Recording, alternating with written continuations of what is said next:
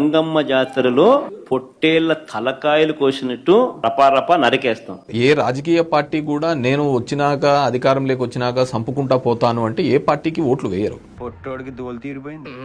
ఎమ్మెల్యేకున్న minimum knowledge మన మాజీ ముఖ్యమంత్రి 29లో నేనే ముఖ్యమంత్రి అంటున్న జగన్మోహన్ రెడ్డికి లేకపోయినా ఈ విధంగా పోతే ఎవరన్నా గెలిచినట్టు హిస్టరీలో ఇండియా మొత్తం మనకు స్వతంత్రం వచ్చినప్పటి నుంచి ఈ ద్వారంలో పోతే ఎవరన్నా గెలుచుకొని వచ్చిన దాఖలాలు ఉన్నాయండి? ఎవరండి ఈయనకి సలహాదారులు? ఒక ధర్మవరం గుడ్ మార్నింగ్ ధర్మవరం నడిపాయని చెప్పినా ఏనాడు, ఒక మంచి వ్యక్తి సలహా చెప్పినా ఏనాడు, ఎవడు ఈయనకు సలహాలు ఇస్తానంటే సజ్జల మహానుభావుడే ఇస్తాడు.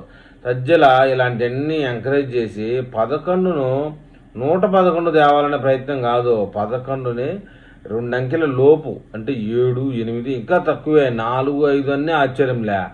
ఈ విధంగా మాట్లాడితే పార్టీ పరువు పోతుంది. నాకు నాలెడ్జ్ ఉందా లేదన్న విషయం ప్రజలు పసిగడతారని కూడా లేకుండా గడ్డం కింద చేయి పెట్టుకొని ఏదో మెడకాయకి బలహీనం అయిపోయినట్టు మాట్లాడుతున్నారండి మన జగన్మోహన్ రెడ్డి గారు. ఇదే విధంగా కొనసాగితే ఇంకా 3 ఏళ్ళు కళ్ళు మూసుకోవాలంట.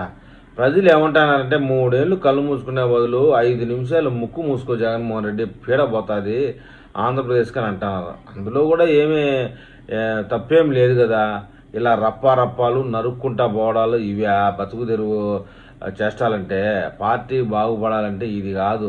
గతంలో వాడు ఎవడో అయిపోయాక కొడుకుని సలహాలు ఇచ్చాడు, సక్సెస్ గెలిచావు. ఈసారి నువ్వు గెలిచే ఛాన్సే లేదు. 2, 3 నువ్వు పులివెందులు వదిలే కడప జిల్లాలోనే ఇంకో కాన్స్టిట్యున్సీలో పోటీ చేసి గెలిచే ఛాన్సే లేదు.